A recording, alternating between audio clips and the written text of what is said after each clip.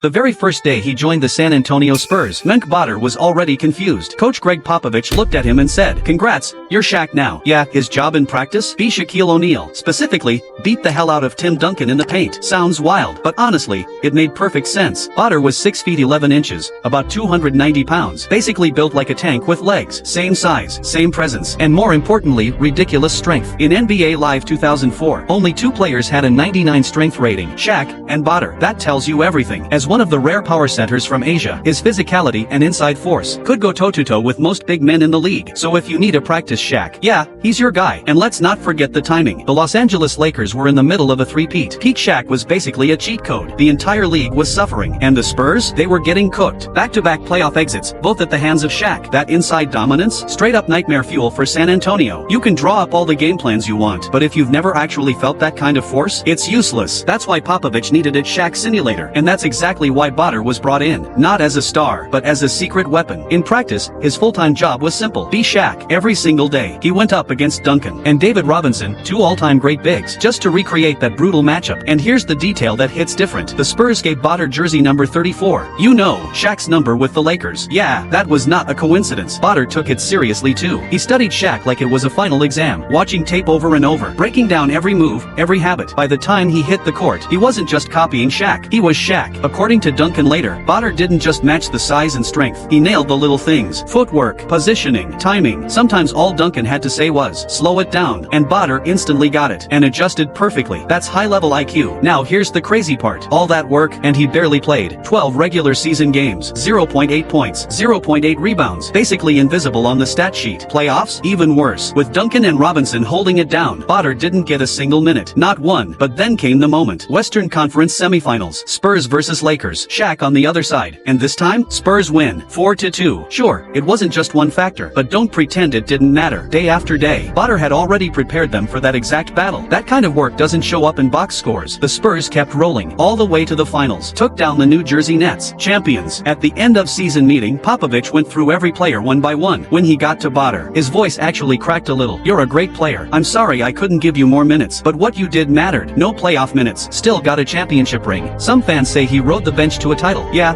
that's a lazy take, because if he didn't matter, he wouldn't have lasted on that roster for a second. Truth is, the Spurs didn't just beat Shaq on game day. They beat him every single day in practice first, and Botter was the reason why.